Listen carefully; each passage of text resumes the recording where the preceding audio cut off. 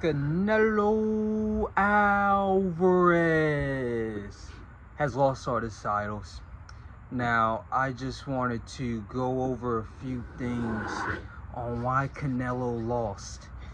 And before we get to all of that, I wanted to also delve into the mind of Canelo, because I think it played to a fact of him losing, or an aspect of him losing, where even Bud said it, that Canelo's been fighting bigger guys, 200-pounders, Belangas, Bivels, and all the other 175ers, 168ers, all of those middleweights, all of these large guys over 6 feet, rehydrating 20, 30 pounds. That played a factor in not only how Canelo fought, but in how Canelo, I guess, thinks about his opponents. Because when you're going against Bud Crawford, when you just fought Belonga, Munguia, Caleb Plant, you're looking at an incredibly small guy compared to all of those other dudes. And I think Canelo took on the mindset of, I could easily knock this guy out. I could easily just rampage, bulldoze. He doesn't have the power. He doesn't have the size. I'm looking at this dude. I just went against Triple G. None of them compare.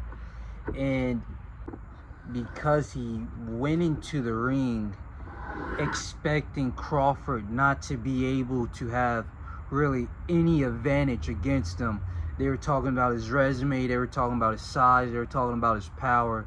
And maybe that got to Canelo's head that he could just, I don't even know, but it goes into the first reason he lost, which was he was only throwing power shots, single shots to the body mainly, those looping hooks. He was even jumping to the looping hooks. Instead of leading with a jab and then trying to land something, he would just throw his power shot expecting Crawford to fall down. And when that didn't happen, he was obviously in some trouble, because this entire time where he's just trying to land that one punch that Crawford couldn't take on, where he was throwing body shots, but it was kind of hitting his elbows. He was landing to the head, but it was kind of going off the gloves.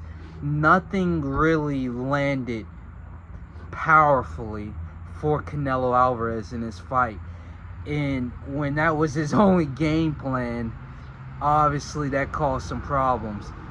But moving on to the second reason, was not only was he trying to just land a looping hook, he also got to this point where he's just trying to counter Crawford. I guess he just took the position of, Crawford's faster than me, so let me just wait it out until I land a good shot. And that didn't happen either, because when he started to like stall out and wait for Crawford to start landing his jabs, get comfortable throwing punches, it never stopped. Crawford just kept on punching, kept on punching, kept on punching. And Canelo will answer back every once in a while, but nothing really like landed to cause any change in the fight.